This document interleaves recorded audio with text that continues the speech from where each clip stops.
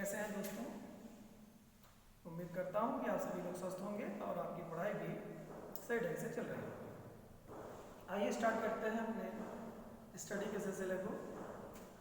हम लोग पॉलिटी पढ़ रहे हैं। पॉलिटी में दो सेगमेंट हम लोगों ने पढ़ लिया है। पहला हमारा उद्देशिका था, दूसरा सेगमेंट हम लोगों का संघ और राज्य क्षेत्र के बारे में था, और आज तीसरा टॉपिक हम लोगों का है नागरिकता के संदर्भ। जैसा कि आप लोगों ने देखा कि पूरे संविधान को 22 भागों में विभक्त किया गया है और 12 अनुसूचियों में बांटा गया है। हालांकि मूल संविधान में देखें तो 8 अनुसूचियां सब बताई गई हैं, लास्ट वीडियोस में आप लोग देख लीजिएगा। तो 22 भागों में से एक भाग तो हम लोगों ने पढ़ लिया संघ और राज्य क्षेत्र के बारे में। आज दूसरा भाग जो हमारा है नागरिकता के संदर्भ में, उसको हम देखेंगे। भाग 1 में आपने देखा था अनुच्छेद 1 से लेकर के 4 तक का था उसमें। आज हम लोग नागरिकता जो देखेंगे उसमें आर्टिकल यानी अनुच्छेद 5 से लेकर के 11 तक के उपबंध बताए गए। ये सारे जो आर्टिकल्स आपके हैं ये सभी नागरिकता से रिलेटेड है, यानी नागरिकता के बारे में आपको जानकारी देते हैं। और एक भारतीय नागरिक होने के नाते प्रत्येक व्यक्ति को नागरिकता के संदर्भ में एक अच्छी जानकारी होनी मस्ट है। और यूपीएससी स्टूडेंट्स के लिए ये तो बहुत ही उपयोगी हो जाता है कि नागरिकता के संदर्भ में आप उसको जानें, इसकी डिटेल्स को जानें। जैसा भी आप लोगों ने देखा कि CAA, NRC, इनको लेकर के कितने ज़्यादा लोगों ने विरोध व्यक्त किए, सरकार लाई, तो वो सब नागरिकता से रिलेटेड है। उसी के संदर्भ में हम लोग उस टॉपिक को देखेंगे, उसकी डिटेल हम लोग देखेंगे, आज उसके बारे में भी देखेंगे। पहले हम लोग स्टार्ट करते हैं कि जो हमारा मूल संविधान है उस संविधान में क्या क्या बातें किस किस आर्टिकल में बताई गई। तो जैसा मैंने भी आपको बताया कि अनुच्छेद 5 से लेकर के 11 तक नागरिकता के संदर्भ में है, और प्रत्येक में कुछ विशेष बातें बताई गई हैं कि भारत का कौन नागरिक हो सकता है, नागरिक होने के लिए क्या क्या रिक्वायरमेंट है, कैसे कैसे क्या कंडीशंस है, उसके बारे में। तो आइए स्टार्ट करते हैं इसको। चलिए देखते हैं अनुच्छेद 1 में। अगर हम देखते हैं मतलब मीन्स अनुच्छेद 5 जो इसका पहला आर्टिकल है, इसका जो नागरिकता का पहला अनुच्छेद है, अनुच्छेद 5 हमारे मूल संविधान में वो अनुच्छेद 5 में मेंशन है। उसमें क्या बातें बताई गई, एक एक को लेते हैं, उसकी डिटेल्स हम लोग करते चलते हैं कि नागरिकता में क्या क्या बातें बताई गई। थोड़ी सी इसमें कहीं कहीं आपको गूढ़ता मिलेगी। नागरिकता का टॉपिक जो है आपका है तो बहुत आसान सा टॉपिक, लेकिन कहीं कहीं कुछ शब्द ऐसे हैं जो आपको थोड़ा सा, अगर आप सिंसियर तरीके से नहीं देखेंगे तो थोड़ा सा उलझ से जाएंगे। आज उसी को हम लोग सुलझाने की कोशिश करते हैं। देखिए पहला जो हमारा अनुच्छेद है वो क्या कहता है, नागरिकता का पहला अनुच्छेद अनुच्छेद 5 है। इसमें कहता है संविधान के प्रारंभ पर नागरिकता के बारे में है, संविधान के प्रारंभ पर नागरिकता के बारे में। अब देखिए संविधान हमारा प्रारंभ कब हुआ, जैसा सभी जानते हैं 26 जनवरी 1950 को पूर्ण रूप से हमारा संविधान जो है बन करके लागू हो गया। तो यानी कि उसके बाद से सारी चीजें बताई जा रही है। यहाँ पे संविधान के प्रारंभ पर नागरिकता के बारे में इसमें मेंशन किया गया है। क्या कहा गया है, संविधान के प्रारंभ पर ऐसा प्रत्येक व्यक्ति भारत का नागरिक होगा जिसका भारत में अधिवास है और उसका या उसके माता पिता में से किसी एक का भारत में जन्म हुआ हो अथवा जो कम से कम 5 वर्ष से भारत में निवास कर रहा हो। देखिए बहुत सामान्य सी बात है, अगर इसको हम व्यवहारिक रूप में कहें तो ये कह सकते हैं कि संविधान लागू होने के बाद से, ठीक है, संविधान के प्रारंभ, तो संविधान हमारा लागू होने के बाद ही तो प्रारंभ होगा। तो संविधान लागू प्रारंभ होने से जो भारत में रह रहा हो, ठीक है, वो भारत का नागरिक होगा, यानी भारत की नागरिकता उसके पास होगी। तो भारत की नागरिकता होगी कैसे, या तो पिछले मतलब संविधान 26 जनवरी 1950 से जो संविधान लागू हुआ उसके 5 वर्ष पहले से रह रहा हो, या तो उसके माता पिता में से कोई एक भारत का नागरिक रहा हो, उसी आधार पर उसको नागरिकता दी जाएगी। बात आप समझ रहे होंगे। तो 5 वर्ष जैसे अगर आप एक्स्ट्रा जाएंगे, यहाँ पे कुछ शब्दों को थोड़ा सा ध्यान देने की जरूरत है। वो आपको स्पष्ट हो जाएगा। जैसे यहाँ पे दे रहा है आपको कम से कम 5 वर्ष से भारत में निवास कर रहा हो, तो 5 वर्ष से निवास कर रहा होगा यानी 45, यानी भारत पाकिस्तान बंटवारे से पहले की बात होगी। 5 साल का मतलब क्या हो गया, भारत के बंटवारे से पहले की बात होगी, ठीक है। तो भारत के बंटवारे से पहले यानी कि जब पाकिस्तान और भारत एक थे तब से कोई व्यक्ति रहा हो, चाहे वो किसी और भी कंट्री का रहने वाला ही क्यों ना रहा हो, ठीक है। तो वो भारत में अगर रह रहा हो, 5 वर्ष से निवास कर रहा हो उसके पहले से, यानी कि 26 जनवरी 1950 से पहले से, ठीक है, तो वो भारत का डोमिसाइल उसकी मानी जाएगी, उसकी नागरिकता मानी जाएगी, या उसके माँ बाप में से कोई एक भारत का क्या हो, नागरिक रहा हो, ठीक है। यहाँ पे देखिए, तो ये तो मूल सामान्य सी बात थी कि भारत का नागरिक अब कौन कहा जाएगा, कैसे रहेगा। तो अनुच्छेद 5 आपका यही कहता है कि भारत की नागरिकता के संदर्भ में भारत के संविधान के प्रारंभ होने से जिसके पास भारत की नागरिकता है, ठीक है, वो भारत का नागरिक होगा, डोमिसाइल जिसके पास है ना। तो डोमिसाइल की कंडीशन मैंने भी आपको समझाई है कि मतलब वो या तो संविधान लागू होने से 5 वर्ष पहले से रह रहा हो, ठीक है, या तो उसके माँ बाप क्या है, उसके माता पिता में से किसी एक का भारत में जन्म हुआ हो, है ना। तो ये सेंस था 5 का, अनुच्छेद 5 में, ठीक है, ये बताता है। आइए देखते हैं अनुच्छेद 6 में क्या है। अनुच्छेद 6 क्या कहता है हमारा, ये बड़ी महत्वपूर्ण बातें हैं क्योंकि भारत और पाकिस्तान से लेकर के रिलेटेड है। अनुच्छेद 5 तो एक तरह से यह सामान्य सी बात है कि भारत का संविधान लागू हुआ हो, उसके पहले से कोई भारत में रह रहा हो, यानी उसकी नागरिकता हो भारत की, तो भारत का नागरिक माना जाएगा। ये तो एक सामान्य सी बात है। लेकिन आगे के सीक्वेंस में आप जब चलेंगे तो वहां देखेंगे भारत और पाकिस्तान दो लोगों को मतलब 2 देश बन जाएंगे और 2 देशों की नागरिकता के संदर्भ में होगा। कोई आज आ रहा होगा, मतलब भारत, चूंकि भारत की नागरिकता पढ़ रहे हैं तो हम आने वालों के बारे में ही देखेंगे कि भारत में कौन आ रहा है, कैसे है, मतलब पाकिस्तान जो बना, पाकिस्तान के बंटवारे के बाद से कैसे आ रहे हैं लोग, ये सब थोड़ी सी गूढ़ता इसमें है। बहुत बारीकी से मेरे एक स्टेटमेंट को सुनते जाइएगा, सारे कॉन्सेप्ट आपके अभी क्लियर हो जाएंगे, ठीक। तो बात करते हैं अनुच्छेद 6 की। अनुच्छेद 6 कहता है पाकिस्तान से भारत आने वाले व्यक्तियों की नागरिकता के अधिकार के बारे में, ठीक है। अब देखिए पाकिस्तान से भारत आने वाले, तो आपको स्पष्ट हो जाना चाहिए कि 1947 के बाद की बात कह रहा है, ना कि उसके पहले की बात कर रहा है, क्योंकि उसके पहले पाकिस्तान का अस्तित्व ही नहीं था, ठीक है। 14 अगस्त से पहले क्या पाकिस्तान था, नहीं था, तो उसके बाद की बात है। यहाँ पर बात कर रहा है पाकिस्तान से भारत आने वाले व्यक्तियों की नागरिकता के संदर्भ में है, और पाकिस्तान से भारत आने वाले लोगों की बात हो रही है 1947 के बाद से जो लोग भारत आए हैं उनकी नागरिकता के संदर्भ में क्या प्रावधान किए गए हैं, ये अनुच्छेद 6 हमको कहता है, ठीक है। तो कभी कोई बेसिक क्वेश्चन जैसे आते हैं तो उसको आप ऐसे ही आप सॉल्व कर लेंगे कि कौन सा अनुच्छेद पाकिस्तान से भारत आए हुए नागरिकों के बारे में है, ठीक है। 5 अगर के ऑप्शन में 5 या 6 दे रहा है तो उसमें से आपको 6 को डिफ कर देंगे, आप 5 को नहीं करना है आपको, ठीक है। देखिए तो इसमें क्या कहता है, अनुच्छेद 6 में क्या कहता है, कह रहा है पाकिस्तान से भारत आने वाले व्यक्तियों की नागरिकता के अधिकार के बारे में है। अब नागरिक अधिकार से कैसे मिलेंगे, कब मिलेंगे और क्या क्या बातें इसकी हैं, थोड़ी सी बारीकी से इसको समझ लेते हैं।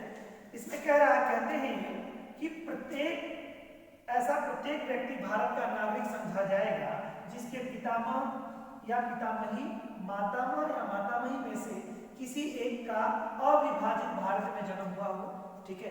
यानी कि कोई ऐसा व्यक्ति जिसके या तो नाना नानी या तो दादा दादी, ऐसे आप समझिए, में से कोई एक जब भारत विभाजित नहीं था यानी पाकिस्तान नहीं बना था तब वो भारत के नागरिक रहे हो, ठीक है। और पाकिस्तान के बनने के बाद से तो फिर बाहर से जब आएगा यानी कि वो या तो अफगानिस्तान या तो पाकिस्तान, तो मूल रूप से यहाँ पे पाकिस्तान की बात यहाँ पे सेंसस का है, तो पाकिस्तान से सीधा आया हुआ व्यक्ति वो भारत का नागरिक बनेगा, किस आधार पे मिलेगा उसको नागरिकता, वो भी बात करेंगे हम लोग। तो कह रहा प्रत्येक व्यक्ति भारत का नागरिक समझा जाएगा जिसके पितामही, मातामही में से किसी एक का जन्म अविभाजित भारत में हुआ हो, ठीक है। या तो वह 19 जुलाई 1948 से पूर्व भारत आकर सामान्यतः रह रहा। अब देखिए इसको थोड़ा समझिएगा, यहाँ क्या कह रहा है कि जैसे भारत पाकिस्तान का बंटवारा हो रहा है, बंटवारे के बाद ये कंडीशन रखी गई थी कि जिनको भारत में रहना चाहे वो भारत में रहे और जो पाकिस्तान जाके रहना चाहे पाकिस्तान में रहे। ये भारत सरकार का या पाकिस्तान सरकार का ऐसा रूल था कि जो किसी को जबरदस्ती नहीं कहा जाएगा कि आप यहाँ से जाइए या आप यहाँ को आइए, ठीक है। तो उस स्थिति में कोई व्यक्ति यानी कि उसके दादा दादी या उसके नाना नानी कोई भारत विभाजित नहीं था तो वो वहाँ के भारत के नागरिक रहे हो, और वह व्यक्ति पाकिस्तान से भारत आया तो उसे भारत की नागरिकता दी जाएगी। समझ गए होंगे आप लोग। सामान्य तौर से भारत पाकिस्तान बंटवारे के बाद जो व्यक्तियों का आवागमन हो रहा था ये उस संदर्भ में उस अनुच्छेद को लेकर के ध्यान में रख करके बनाया गया है, ठीक है।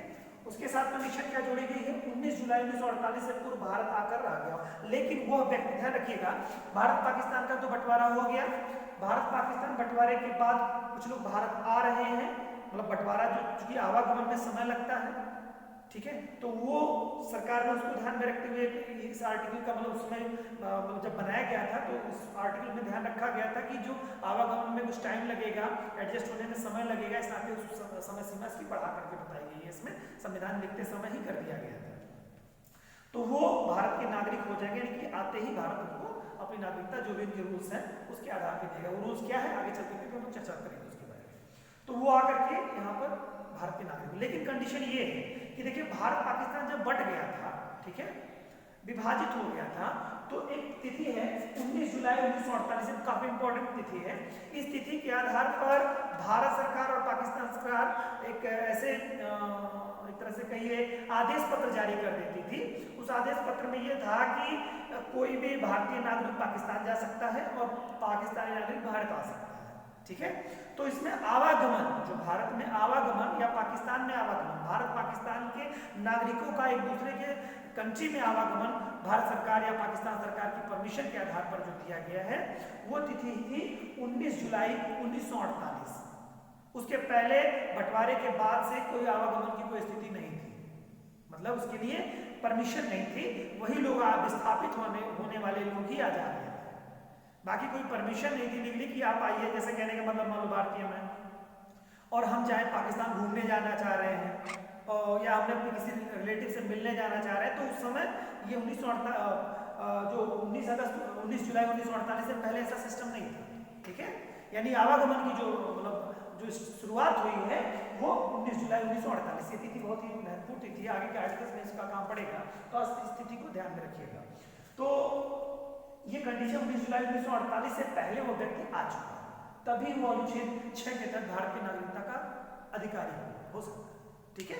यानी पाकिस्तान से आया हुआ वह व्यक्ति जिसके दादा दादी नाना नानी में से कोई एक भारत का नागरिक रहा हो, ठीक है, तो वो भारत आता है तो उसकी नागरिकता भारत की दी जाएगी, लेकिन वो तिथि 19 जुलाई 1948 से पहले की होनी चाहिए। उसके बाद की तिथि होगी तो दूसरे कंडीशन के आधार पर उसको दिया जाएगा, ना कि आर्टिकल 6 के आधार पर दिया जाएगा, ठीक है। तो अनुच्छेद 6 में ये बातें बताई गई हैं, ठीक। अब अनुच्छेद 7 के बारे में देखते हैं क्या कहता है। ये कहते हैं पाकिस्तान को प्रवचन करने वाले व्यक्तियों की नागरिकता के अधिकार के संबंध में, ठीक है। अब इसमें ये काफी महत्वपूर्ण है, यहाँ पे कह रहा है प्रवचन के बारे में बता रहा है। यहाँ पे कह रहा है कि पाकिस्तान को प्रवचन करने वाले व्यक्तियों की नागरिकता के अधिकार, यानी ये कंडीशन ये कहता है, अनुच्छेद 7 ये कहता है कि भारत पाकिस्तान के बंटवारे के समय जब भारत पाकिस्तान का बंटवारा हुआ तो बहुत सारा हिस्सा पाकिस्तान को चला गया और बहुत सारा हिस्सा भारत को मिला।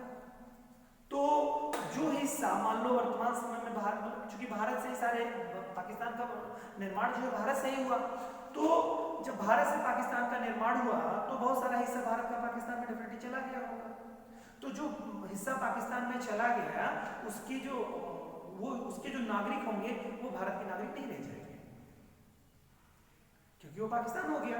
तो फिर वो नागरिक अगर भारत आते हैं उनको देने का मतलब जो है संविधान में प्रावधान किया गया है कि उनको कैसे क्या किया जाएगा, क्या व्यवस्था की गई है। तो उसमें ये कहा गया है, ये इसको समझना है आपको, 1 मार्च 1947 के बाद ऐसा भारतीय क्षेत्र जो पाकिस्तान के अंतर्गत है, जो पाकिस्तान के अंतर्गत है, इसका ये मतलब हुआ, यहाँ पर जो सेंस हमने लिखा है, यहाँ इसका इंटेंशन ये है कि वह क्षेत्र, यानी कि आप जानते हैं 15 अगस्त के बाद 14 अगस्त को ही पाकिस्तान का अस्तित्व बना, उसके पहले तो पाकिस्तान था नहीं, उसके पहले तो टोटल भारत हुआ करता था। तो वो हिस्से यानी कि वहां से जो मतलब जो है जब ये व्यक्तियों का, नागरिकों का एक तरह से कहिए कि उनको वहां के जो तिथि थी, यानी कि कहिए कि इसको आप तिथि ऐसे समझने की कोशिश करिए कि 15 अगस्त 1947 से पहले कि जो पाकिस्तान, चूंकि उसके पहले ही पाकिस्तान 14 अगस्त को ही बना, 14 अगस्त, ठीक है, 1947 को बना। उसके पहले अगर कोई प्रवर्जन करके भारत में आ गया, ठीक है, तो वह उसको नागरिकता देने का प्रावधान है। ठीक है, क्या है, जैसे आप ऐसे इसको समझिए कि पाकिस्तान का अस्तित्व जो बना तो कब बना, 14 अगस्त को बना। 15 भारत का अस्तित्व पूरी तरह से जो वर्तमान दिख रहा है भारत, वो क्या है, 15 अगस्त को हुआ, ठीक है। तो उसके पहले का पहले 1 मार्च 1947 तक जो लोग, मतलब चूंकि भारत पाकिस्तान बंटवारे की बात तो पहले से चल रही थी ना कि भारत पाकिस्तान बटेगा, तो उस दरमियान उसके पहले क्या होगा, ऐसा जो पाकिस्तान के अंतर्गत है, पाकिस्तान के अंतर्गत आज वर्तमान समय में है, वहां का नागरिक अगर भारत आ गया तो उसको नागरिकता दी जाएगी। समझ आई बात? यानी कि जैसे कि भारत और पाकिस्तान बंटवारे की बात ऐसे सडनली तो हुई नहीं ना कि एकाएक रात में जगे और एकाएक बता दिया कि भाई कल पाकिस्तान बटेगा भारत से, ऐसा तो हुआ नहीं। यानी ये प्रक्रिया लंबे समय तक चल रही थी और उस दरमियान जो लोग भारत आने के इच्छुक लोग थे, ठीक है, तो वो लोग जो इच्छुक लोग थे वो भारत के नागरिक, भारत के अगर आ गए हैं, अब तक आ गए हैं, 1 मार्च में इसके बाद भारतीय क्षेत्र के अंतर्गत आते हैं, तो उनको ये नागरिकता देने का प्रावधान करता है। ठीक है, इसको और भी स्पष्ट करेंगे आगे चल करके, पहले इसको समझिए। ठीक है, आगे देखते हैं आर्टिकल 8 के बारे में, अनुच्छेद 8 के बारे में कहता है। अनुच्छेद 8 क्या कहता है, भारत के बाहर रहने वाले भारतीय उद्भव के कुछ व्यक्तियों के नागरिकता के अधिकार के बारे में है। अब भारत के बाहर रहने वाले भारतीय उद्भव, यानी भारत के बाहर जो रह रहे हो, जो लोग रह रहे हो लेकिन उनका जन्म कहाँ हुआ, भारत में हुआ। उद्भव मतलब उनकी वर्जिन कहाँ हो, भारतीय हो। जैसे मान लो हमारे जो पेरेंट्स हैं, आपके पेरेंट्स हैं, वो भारत के नागरिक हैं और आप कहीं और रहते हैं, ठीक है, तो ये सेंस यहाँ पे है। भारत के बाहर रहने वाले भारतीय उद्भव के कुछ व्यक्तियों के नागरिकता के अधिकार के बारे में है। इसमें और भी क्या गुण बातें हैं, इसको थोड़ा समझना है। इसमें है संविधान प्रारंभ होने से पूर्व या पश्चात, ठीक है, जिस देश में रह रहा है वह व्यक्ति, उस देश के भारतीय राजनयिक को नागरिकता हेतु आवेदन किया हो, राजनयिक ने उस भारतीय नागरिकता के रजिस्ट्री पर मतलब स्वीकार रजिस्टर्ड उसको मान लिया। देखिए क्या है, मान लो कोई व्यक्ति ऐसा है इसी समय, जैसे चाहे इस समय की बात करें या इसके कुछ समय पहले की बात करें, उसे कोई फर्क नहीं पड़ता है इस आर्टिकल के लिए, कि कोई व्यक्ति यानी कि किसी के दादा दादी या उसके पिताजी माताजी में से कोई एक भारतीय नागरिक रहा हो, मतलब हो, ठीक है, भारतीय नागरिक हो और वो मतलब रहा हो और वो क्या हो, जाकर के फाइनली किसी और देश में शिफ्ट हो गया हो, ठीक है, किसी और देश में वो रह रहा है, तो वह व्यक्ति इंडियन एम्बेसी जो है, भारतीय जो राजनयिक हैं, उनके यहाँ जा करके अपनी बात को बता करके वहां पर रजिस्ट्रेशन करा लेता है भारतीय नागरिकता के लिए। वो अपने प्रूफ को दिखा के कि हमारे पिताजी या हमारे दादाजी भारत में रहते थे या माताजी भारत में रहते थे, भारतीय नागरिक हैं, वो रहे हैं, तो मुझे उस आधार पर नागरिकता चाहिए। तो वो अगर वहाँ पर रजिस्ट्री वहाँ के जो राजनयिक हैं उनको रजिस्टर कर लेते हैं, तो उस आधार पर उनको नागरिकता देने का प्रावधान किया गया है। ये अनुच्छेद कितना कहता है, 8 कहता है। तो समझ में आया होगा। चलिए आगे देखते हैं, अनुच्छेद 9 क्या कहता है। जब कोई व्यक्ति स्वेच्छा से किसी विदेशी राज्य का नागरिक हो जाता है तो उसकी भारतीय नागरिकता स्वतः ही समाप्त हो जाती है। यानी अनुच्छेद 9। अब देखिए इधर पे सब इजी हो गए हैं, सारे आर्टिकल्स बहुत इजी हो गए हैं। ये थोड़े आपको 6, 7 और 8 इसको रिवाइज करना होगा एक दो बार, बाकी सारी चीजें आपको बहुत जबानी हो जाएंगी। अनुच्छेद 9 यही कहता है कि अगर जैसे ही आपने किसी विदेश की नागरिकता प्राप्त की, स्वतः ही इंडियन आपकी जो नागरिकता है वो समाप्त हो जाएगी, क्योंकि भारत में दोहरी नागरिकता का प्रावधान ही नहीं है। यदि आपने किसी एक कंट्री में जाकर के वहां की नागरिकता को स्वीकार कर लिया, जैसे अभी हामिद अंसारी सर थे, आपने उपराष्ट्रपति महोदय, उन्होंने कतर में की नागरिकता ले ली थी, तो वो स्वतः से भारतीय नागरिकता समाप्त हो जाएगी। तो कोई भी कंट्री, कोई भी व्यक्ति है जो भारत में मतलब जो नागरिकता कहीं प्राप्त कर लेता है किसी और कंट्री का, तो वो अनुच्छेद 9 ये कहता है कि भारतीय नागरिकता उसकी स्वतः ही समाप्त हो जाएगी। क्लियर? चलिए देखते हैं। इसके बाद देखते हैं अनुच्छेद 10 के बारे में। अनुच्छेद 10 क्या कहता है?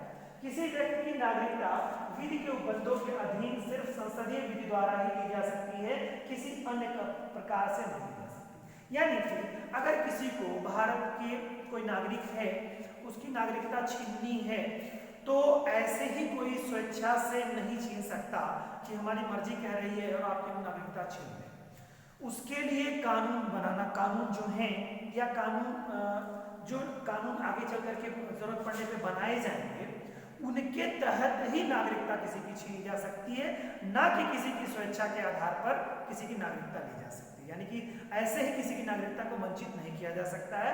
अब नागरिकता से वंचित कैसे किया जाएगा, अगले वाले टॉपिक में हम लोग उसको पढ़ेंगे। ठीक है? तो नागरिकता के वंचित होने के क्या नियम कानून है और किन आधारों पर नागरिकता से वंचित किया जा सकता है, वो 3 कारण हैं। 3 के बाद में कुछ सब कारण हैं, तो वो आप देखेंगे आगे चल के टॉपिक हम लोग मिलेगा। तो ये बात है। अनुच्छेद 10 क्या कहता है? किसी की नागरिकता की विधि के उपबंधों के अधीन सिर्फ संसदीय विधि, यानी कि संसदीय विधि यानी कानून बनाना। संसद मतलब क्या करेगा? विधि। संसद के हिसाब से जो कानून बनाया विधि के, उसी के आधार पर ही किसी के ली जाएगी, किसी और प्रकार से नहीं। यानी कानून के आधार पर ही नागरिकता छीनी जा सकती, कह सकते हैं आप सीधे सीधे एक लाइन में ये बात। इसके अलावा क्या है? अनुच्छेद 11 लास्ट अनुच्छेद आपका है। इसमें बताया गया है क्या कि जो हमारी संसद है, हमारी पार्लियामेंट है, वो समय समय पर जरूरत पड़ने पर नागरिकता के संदर्भ में कानून बना सकती है। ठीक है? क्या बात करती है? संसद को नागरिकता के संबंध में विधि बनाने की शक्ति प्रदान की गई। क्या की गई है? संसद को नागरिकता के संबंध में विधि बनाने की बात की गई है। ये टॉपिक थोड़ा बड़ा है, हमको 5 तरह से इसमें अनुच्छेद 11 है, इसमें 5 तरह के उपबंध किए गए हैं, 5 तरह के क्लासिफिकेशन किए गए हैं कि किसी व्यक्ति को किस किस आधार पर नागरिकता दी जा सकती है। वो 5 आपके आधार हैं उसके, उन 5 आधारों के बारे में हम लोग नेक्स्ट वीडियो में चर्चा करेंगे। वो टॉपिक थोड़ा सा बहुत इंटरेस्टिंग और बहुत ही महत्वपूर्ण टॉपिक है, उससे भी क्वेश्चंस काफ़ी कुछ आते हैं, तो उसको हम लोग नेक्स्ट वीडियो में पढ़ेंगे। ठीक है? तो उसमें संसद अपना विधि द्वारा उनको नागरिकता देने के 5 तरीके हैं, उसके आधार पर देते हैं, और कुछ 3 तरीके हैं जिनके आधार पर नागरिकता को छीना जाता है। वो सारे वीडियोस में अगले नेक्स्ट वीडियो में हम लोग चर्चा करेंगे। तो कुल टोटल आपके ये आपके जो अनुच्छेद थे वो 5 से 11 के मध्य में आपके अनुच्छेदों के बारे में हम लोगों ने देखा। ठीक है? कुल टोटल 7 अनुच्छेद जो हमारे हैं, वो 7 अनुच्छेदों के बारे में आपने इसके बारे में थोड़ा सा देखा। अब हम लोग बात करते हैं कि जो रिसेंटली हम लोगों का जो ज्वलंत मुद्दा रहा है, देखते हैं कि वर्तमान समय में क्या प्रावधान किए गए हैं लेकर के। जैसे अभी आप लोग लेकर नागरिकता के संदर्भ में मैंने अभी शुरू में जिक्र किया आपसे कि CAA के बारे में या CAB के बारे में या NRC के बारे में, तो ये क्या है और क्यों इसके लिए लोगों का एक तरह से विवाद बना हुआ था, विवादित एक्टिविटीज़ कर रहे थे जो कि उनको नहीं करना चाहिए। अब भारत सरकार ने इसको क्या किया है, इसको लाइए जानते हैं। होता क्या है कि भारत सरकार 2016 में, अभी आपको बताया मैंने कि क्या कर सकते हैं अनुच्छेद, इसको भी थोड़ा सा आपको यहाँ ध्यान देने की जरूरत है कि अनुच्छेद 11 में क्या कह रहा है, संसद को नागरिकता के संदर्भ में कानून बनाने की शक्ति है। तो संसद को जो शक्ति मिली है उस आधार पर इन्होंने कई सारे फेरबदल किए हैं, कई परिवर्तन किए। मैंने आपको बार बार बता रहा हूँ कि वीडियो आपको अगले नेक्स्ट टॉपिक में इसमें इसकी डिटेल्स हम लोग चर्चा करेंगे अनुच्छेद 11 में क्या क्या बातें हैं। लेकिन इसमें आपको यहाँ ये इतना ध्यान रखना है कि नागरिकता के संदर्भ में ये शक्ति के बारे में बताता है, संसद की शक्ति के बारे में कि कानून बना सकती है। तो उसी शक्ति के तहत अनुच्छेद 11 द्वारा प्रदत्त शक्तियों के आधार पर ही भारतीय संसद ने 2016 में नागरिकता संशोधन एक बिल लेके आती है, कानून लेकर के आती है। उस कानून को लेकर के ही डिस्प्यूट था, उस कानून में क्या क्या बातें थी उसके बारे में हम लोग चर्चा करते हैं। 2016 में नागरिकता संशोधन विधेयक संसद में आता है। इस विधेयक में भारत सरकार ने जो विधेयक लाती है, इसे हम देखें तो कैग के नाम से जाना जाता है, सिटीजनशिप अमेंडमेंट बिल। ठीक है? सिटीजनशिप अमेंडमेंट बिल के नाम से इसको हम लोग जानते हैं। ये बिल आता है, इस बिल में क्या प्रावधान किए गए थे, पहले बिल के बारे में चर्चा करते हैं, फिर इसके सिस्टम के बारे में बात करते हैं। तो फिर आगे चल करके विधेयक जब संसद में पास हो जाता है तो यही सिटीजनशिप अमेंडमेंट बिल जो है, यही सिटीजनशिप अमेंडमेंट एक्ट हो जाता है। तो यानी कि जो सिटीजनशिप अमेंडमेंट बिल था, जिसे कैब कहते हैं, CAB, वही जब ये कानूनी रूप ले लेता है तो इसे CAA के नाम से जानने लगते हैं, सिटीजनशिप अमेंडमेंट एक्ट बन जाता है। भारत सरकार इसको पास कर देती है। तो CAA को लेकर के लोगों ने प्रोटेस्ट किया, बहुत सारे लोगों ने ऐसी एक्टिविटीज की। उसमें क्या था इसके बारे में देखते हैं। इसमें सरकार ने क्या किया कि देखिए, भारत और पाकिस्तान का जो बंटवारा हुआ था उसमें एक ही मेन आधार था, धर्म का आधार था। धर्म के आधार पर भारत का विभाजन 2 भागों में हुआ था। साथ साथ कंडीशन ये रखी गई थी दोनों देशों के माध्यम से कि जो नागरिक जिस भी संप्रदाय धर्म के हैं, यानी मान लो पाकिस्तान का गठन हुआ, वर्तमान समय में, मतलब उस समय में बहुत सारी ऐसी जनसंख्या तो थी नहीं कि कहीं पर केवल मुस्लिम रहेंगे और केवल हिंदू थे, ऐसा तो कुछ था नहीं। सभी लोग मिक्सअप होकर के रहते थे, चाहे बौद्ध हो, चाहे जैन हो, चाहे वो पारसी हो, चाहे वो ईसाई हो, चाहे वो हिंदू हो, पूरे मिक्सअप होकर के पूरे भारत में रहते थे। अब कहीं की जनसंख्या कम और ज्यादा किसी एक धर्म संप्रदाय के लोगों की ज्यादा हो सकती थी, लेकिन सभी लोग मिक्सअप थे, एक दूसरे से मिलकर के रहते थे। पाकिस्तान का जब गठन हुआ तो उसका आधार बनाया गया कि केवल इस्लामिक कंट्री बनेगा पाकिस्तान। तो पाकिस्तान का जो गठन हुआ वो 2 हिस्सों में पाकिस्तान का गठन हुआ। क्यों? क्योंकि पाकिस्तान में का जो गठन हुआ वो एक सांप्रदायिक आधार पर था। तो भारत में मुस्लिम जनसंख्या जो थी वो 2 क्षेत्रों में बड़े पैमाने पर, बड़ी स्ट्रेंथ में थी। एक तो था बंगाल, पूर्वी बंगाल का जो हिस्सा था, जिसे आज वर्तमान समय हम लोग बांग्लादेश के नाम से जानते हैं, उसका गठन हुआ पूर्वी पाकिस्तान के नाम से। और दूसरी जो बड़ी जनसंख्या थी भारत के पश्चिमी हिस्से में पड़ती थी, भारत के पश्चिमी, उत्तर पश्चिमी हिस्से में आप देखेंगे उसको, जो अफगानिस्तान से सटा हुआ सीमा हमारा था, जो वर्तमान आज पाकिस्तान है, इस क्षेत्र में मुस्लिम जनसंख्या हमारी बड़े पैमाने की। तो आधार यही बनाया गया, सर्वे किया गया, लॉर्ड माउंटबेटन ने इसके लिए कमेटी गठित की।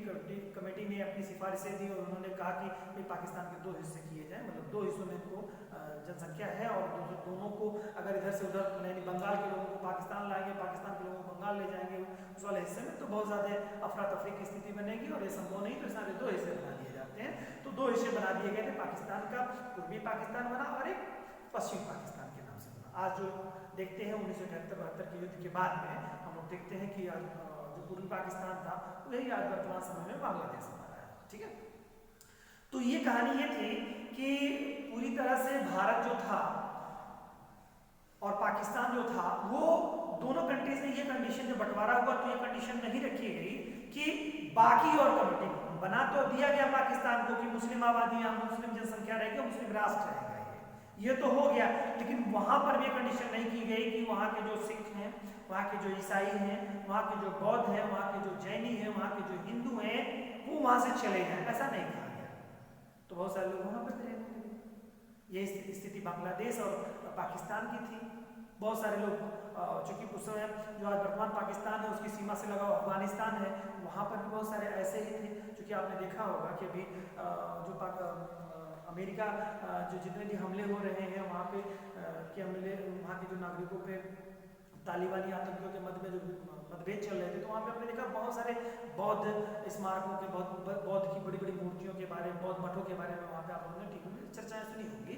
तो उसमें आप देखते हैं कि वहाँ पे बौद्ध धर्म का विस्तार काफ़ी कुछ था। वो हिस्ट्री वाले टॉपिक में आप देखेंगे तो बौद्ध धर्म का काफ़ी विस्तार था, यानी बौद्धिस्ट वहाँ पे रहते थे।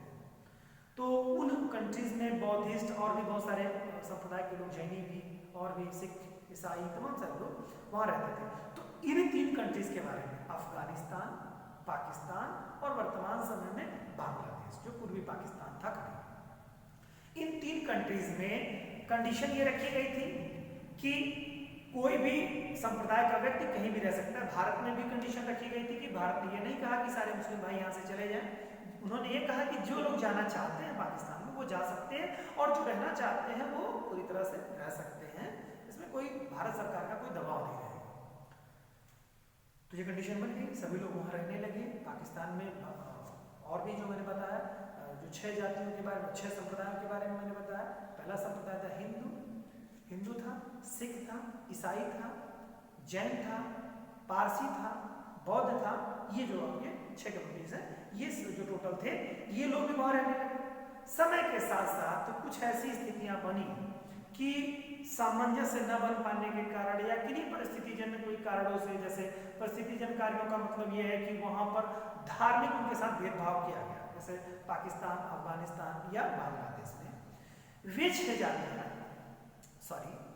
वे 6 संप्रदाय के लोग, जिनमें से आप इसको बहुत बारीकी से ध्यान से सुने, 6 संप्रदाय के लोग कौन कौन से थे?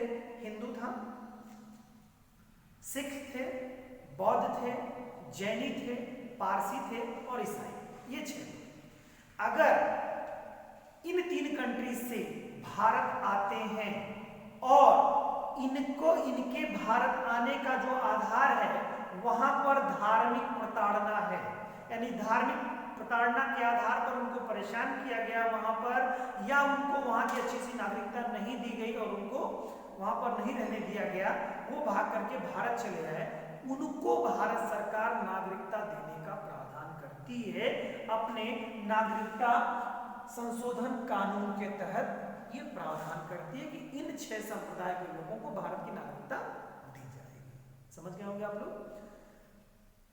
तो विवाद कहां से खड़ा हुआ? विवाद खड़ा यहां हुआ कि इसमें मुस्लिम कम्युनिटीज को ये आधार में नहीं रखा गया, यानी 6 संप्रदाय को रखा गया है और 6ठे में कहीं मुस्लिम संप्रदाय का जिक्र नहीं है, जो बांग्लादेश, पाकिस्तान और अफगानिस्तान से आए हुए हैं।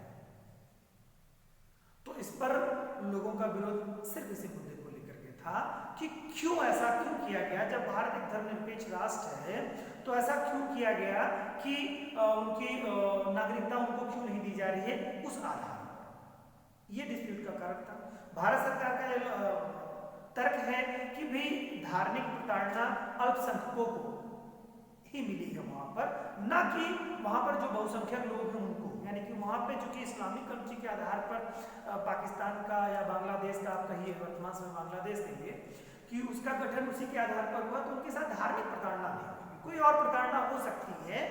उस आधार पर, जो प्रताड़ना के आधार पर अगर आप आते हैं तो वो दूसरे आधार से आप भारतीय नागरिकता दी जाएगी, लेकिन ये जो नया कानून बना है इस कानून के तहत आपको नहीं दी जाएगी नागरिकता। आइए इसमें देखते हैं क्या है प्रावधान किया गया।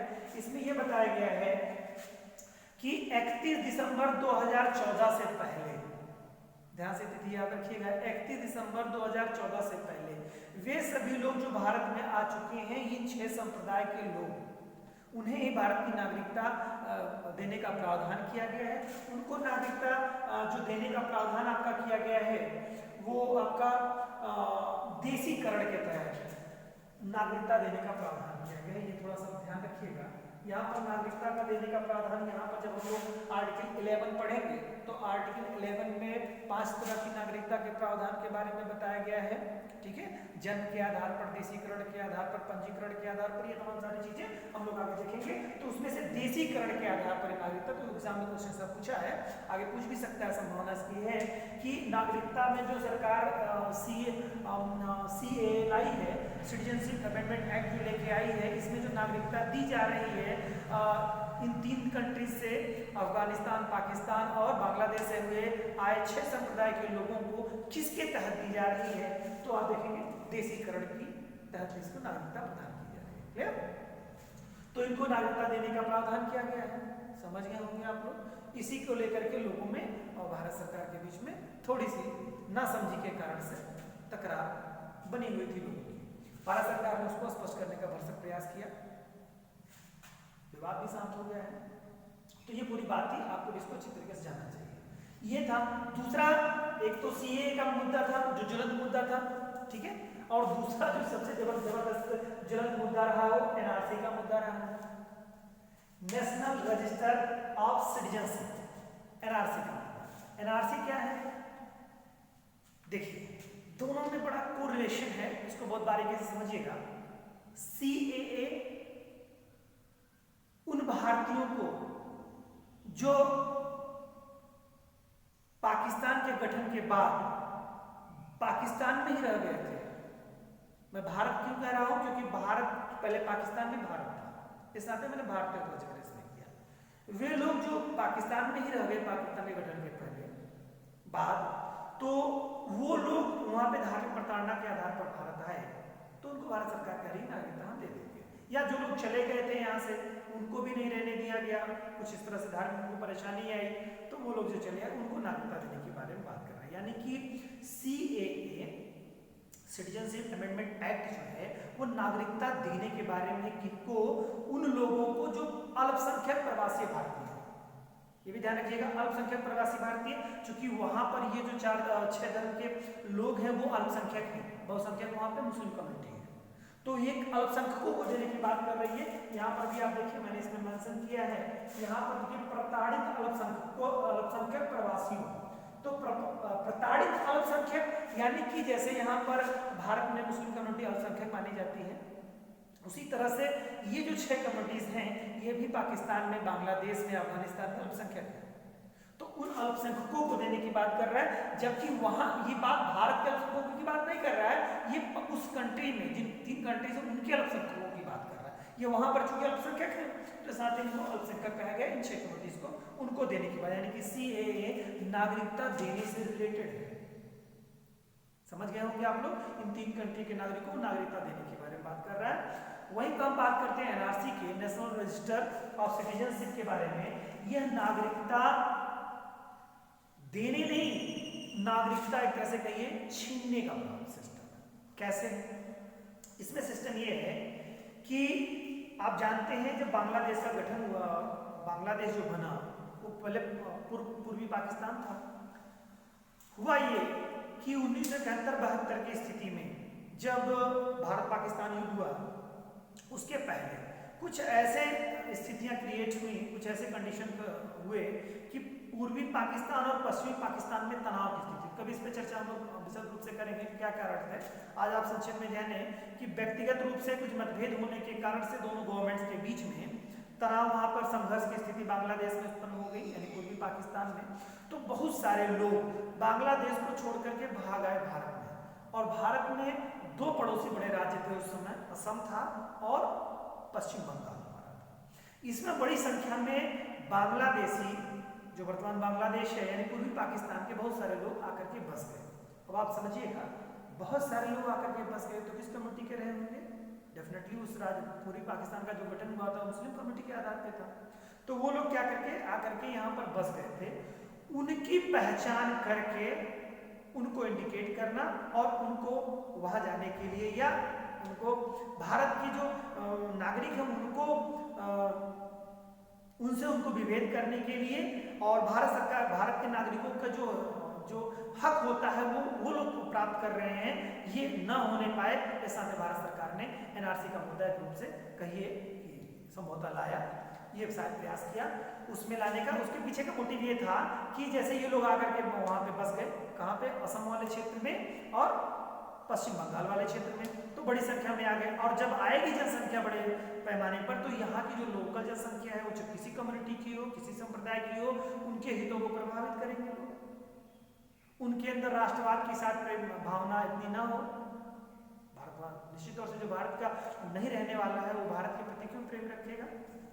अपेक्षा की जाती है कि शायद जितना भारतवर्षी, जितना आपके और हमारे दिल में इतना प्रेम है अपने घर के प्रति, अपने राष्ट्र के प्रति, उतना किसी विदेशी को नहीं होगा।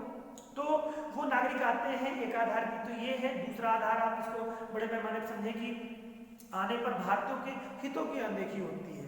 भाई बहुत ज़्यादा जनसंख्या हो गई, भारत सरकार जहाँ पर 100 जनसंख्या होनी चाहिए वहाँ पर अगर 200 जनसंख्या हो जाएगी तो भारत सरकार को उसकी सुविधाएं देने में दिक्कत होगी।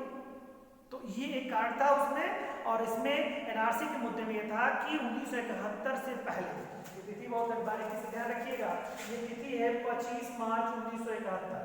25 मार्च 1971 से पहले अगर कोई व्यक्ति भारत में आकर के और विधियों के द्वारा जो नागरिकता प्रदान की जाती है उनके तहत अगर भारत का नागरिक हो गया है तो ठीक है, अगर वो दिखा पाता है कि हम भारत में, यानी कि इन जो 5 कारणों से कि उनको नागरिकता मिलती है, जन्म के आधार पर, देशीकरण के आधार पर, पंजीकरण के आधार पर, है ना, वंश परंपरा के आधार पर, इन सब आधारों पर जो अगर नागरिकता उनको प्राप्त हुई है, अगर ले लिए हैं कब, 25 डेट याद रखिएगा, 25 मार्च 1971 से पहले भारत की अगर नागरिकता प्राप्त कर लिए हैं तो क्या कहलाएंगे, भारत के नागरिक कहलाएंगे। और जिनकी नागरिकता, जिन्होंने नागरिकता 25 मार्च 1971 के बाद ग्रहण की है, ठीक है, वे अवैध प्रवासी भारतीय माने जाएंगे। ध्यान रहे स्थिति के बारे में, यानी कि उसके बाद आकर के और आपने किसी तरह से आपने जो है नागरिकता को यहाँ पे भारत सरकार की ले ली, ये गलत सिस्टम है ये।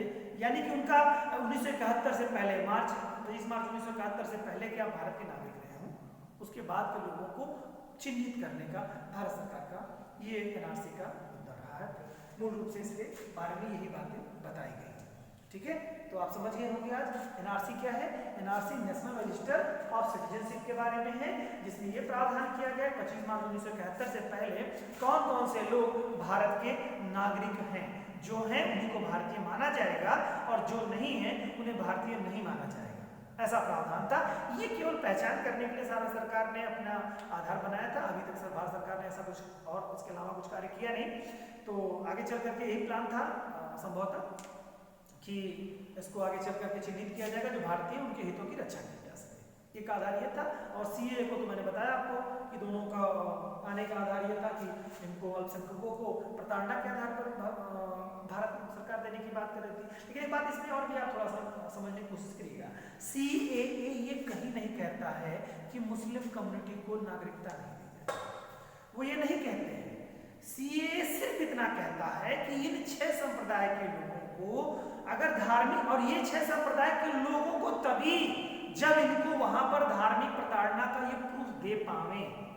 ऐसा नहीं कि कोई आ गया, कोई हिंदू आ गया, कोई सिख आ गया, कोई बौद्ध आ गया, कोई जैनी आ गया, कोई पारसी आ गया, कोई ईसाई आ गया और कह दे सीधे कि साहब हमको धार्मिक प्रताड़ना हो। उसको प्रूफ देना पड़ेगा, क्योंकि स्वेच्छा से कोई अपना घर बार छोड़ करके कहीं किसी दूसरे देश में नहीं जाता है। जब वो बहुत दुखी, बहुत परेशान हो जाता है, तभी जाकर के किसी और कंट्री में जाता है। या तो दूसरा माध्यम ये होगा कि कोई घुसपैठिया हो जो बहरूपिया बन करके आ गया हो, या तो कोई ऐसा व्यक्ति हो सकता है कि जो वहाँ की व्यवस्थाओं से बहुत ही गरीब व्यक्ति हो और वहाँ की व्यवस्थाओं में उसको लगता हो कि यहाँ कुछ अच्छा नहीं है, बाकी इससे अच्छा तो वही कंट्री है, तो वो वाले लोग आ गए होंगे।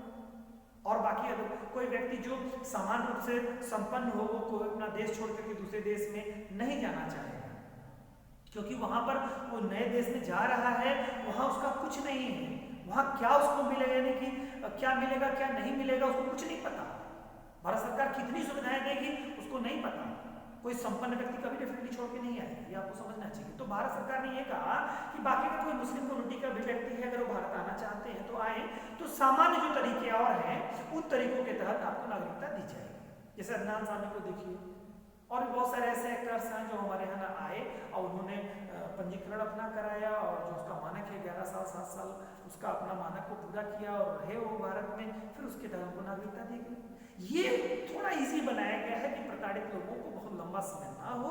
सरकार सिर्फ सहायता करने का प्रयास किया, ऐसा नहीं किया उन्होंने कि मुस्लिम कम्युनिटी आएगी तो उसको नागरिकता नहीं देंगे लोगों। लेकिन लोगों ने इसको इस रूप में दिखाया कि बाकी जनता इसी रूप में समझे कि मुस्लिम कम्युनिटी को मिल नहीं रहा है इस आधार पर।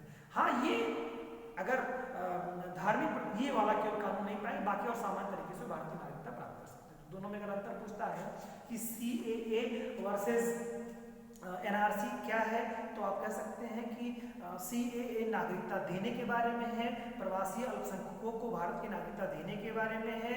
3 कंट्रीज का ध्यान आपको जिक्र होना चाहिए कि अफगानिस्तान, पाकिस्तान और बांग्लादेश के नागरिकों को भारत की नागरिकता देने के प्रावधान के बारे में है। 6 कम्युनिटीज आपको याद होनी चाहिए कि हिंदू है, सिख है, बौद्ध है, जैन है, पारसी है और ईसाई है। इनको नागरिकता देने के बारे में। वही एनआरसी जो क्या करता है कि जो लोग, उन लोगों को चिन्हित करना हो जो भारत के मूल नागरिक न रहे हो और भारत में आकर के रह रहे हो, उनकी पहचान करना एनआरसी है।